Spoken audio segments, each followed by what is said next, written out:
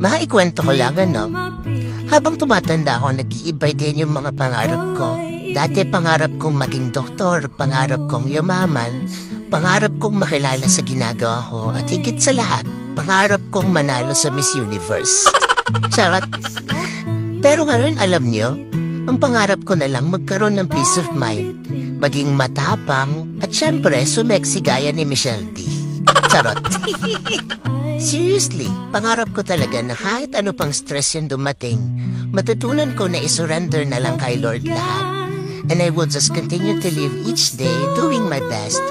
Yung mga pangarap na to may sound simple, pero in my case, napakahirap i-achieve. Kasi napaka-warrior kong tao.